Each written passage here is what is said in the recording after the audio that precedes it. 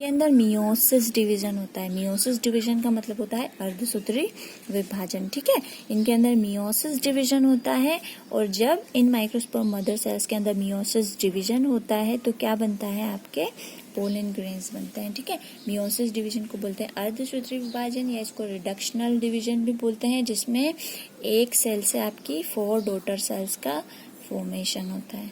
ठीक है, तो एमएमसी में जब मियोसिस डिवीजन होता है तो क्या फॉर्म होते हैं, आपके पोलन ग्रेन्स होते हैं। ठीक है, इसको एक हायरार्की से समझ लेते हैं। सपोज दिस इज, यहाँ से मैंने एक सेल उठा ली। ठीक है, यहाँ से मैंने एक सेल उठा ली और यहाँ रख दी। ठीक है, ये इसके अंदर का न्यूक्लियस है। ठीक है, अब ये क्या है, एमएमसी। एमएमसी मतलब बोलो क्या होता है, एमएमसी का मतलब microspore mother cell. Very good. ठीक है, माइक्रोस्पोर मदर से जो कि कैसी होती है, डिप्लॉयड। ठीक है, ये 2n आप लोगों को समझ आता है क्या होता है। 2n का मतलब होता है कि इसके अंदर जो क्रोमोसोम्स प्रेजेंट है वो कंप्लीट पेयर में प्रेजेंट है। ठीक है, जैसे ह्यूमन बीइंग्स के अंदर कितने पेयर होते हैं, 23 पेयर्स। ठीक है, मतलब 46 क्रोमोसोम्स। कितने क्रोमोसोम्स होते हैं, 46। और अगर उसको पेयर में मैं बात करूँ तो कितने होते हैं, 23 पेयर्स। ठीक है, तो वैसे ही इनके अंदर क्या प्रेजेंट होते हैं, पेयर में प्रेजेंट होते हैं। ठीक है, तो पेयर किसका बनता है, 2 का बनता है। ठीक है, तो ये क्या है, आपके क्रोमोसोम, और कैसे प्रेजेंट है, पेयर में, इसीलिए मैंने इसको क्या लिखा है, 2n। ठीक है, वैसे आप 11 में पढ़ चुके हैं और जिन बच्चों को नहीं पता हो तो इसीलिए मैंने इसको समझा दी, क्योंकि बहुत सारे बच्चों को पता नहीं होता है कि 2n का क्या मतलब होता है।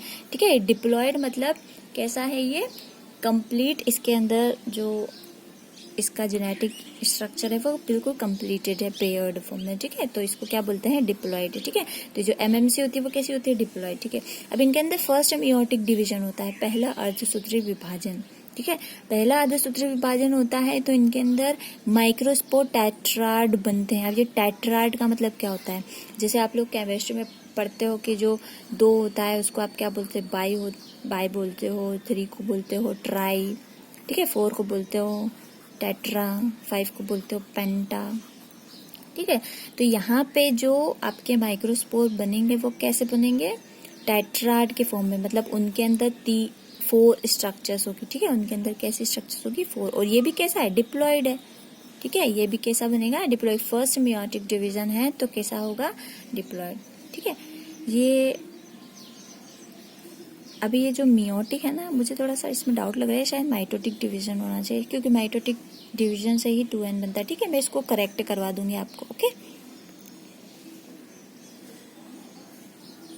इसको मैं आप लोगों को करेक्ट करवा दूंगी। ठीक है, सो यहाँ पे जब एमएमसी में फर्स्ट डिवीजन होगा तो क्या बनेगा, आपका माइक्रोस्पोर टेट्राड बनेगा। ठीक है, अब ये जो टेट्राड होते हैं वो 4 फॉर्म्स में बन सकते हैं, या तो ऐसा बनेगा, या ऐसा बनेगा, या फिर ऐसा बनेगा, या तो ऐसा बनेगा। ठीक है, ये वाली जो स्ट्रक्चर होती है इसको बोलते हैं टेट्राहेड्रल टेट्राड, या फिर ये वाली जो स्ट्रक्चर होती है इसको बोलते हैं आइसो बाइलैटरल टेट्राड।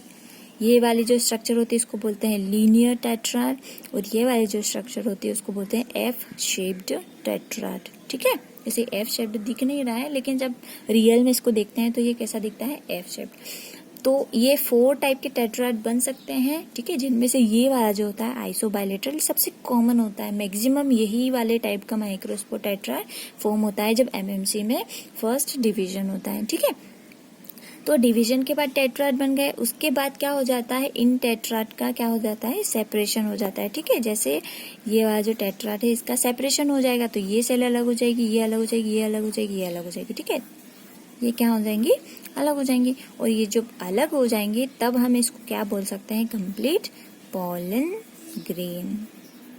ठीक है, तो माइक्रोस्पोर मदर सेल में आपका फर्स्ट डिवीजन हुआ, उसके बाद आपका क्या बना, माइक्रोस्पोर टेट्राड बना, और जब माइक्रोस्पोर टेट्राड के अंदर सेपरेशन होता है तो उससे आपके जो पोलन ग्रेन्स हो जाते हैं वो क्या हो जाता है, अलग अलग हो जाते हैं। ठीक है, तो ये आपके पोलन ग्रेन फॉर्म हो गए हैं। अब जब ये फॉर्म हो जाते हैं तो जो आपका एंथर है, ठीक है, वो क्या हो जाता है, ब्लास्ट हो जाता है। बिकॉज ऐसा एक थोड़ी ना बनता है, ऐसे मतलब सपोज एक एमएमसी से कितने आपके पोलन ग्रेन्स बने, 4 बने, तो इसके अंदर तो बहुत सारी एमएमसी, तो बहुत सारे पोलन ग्रेन्स बनेंगे। ठीक है, तो उनको रहने के लिए ज्यादा प्लेस चाहिए होती है, तो ज्यादा प्लेस चाहिए होगी तो वो क्या करेगी, वॉल के ऊपर प्रेशर अप्लाई करेगी, और प्रेशर अप्लाई करेगी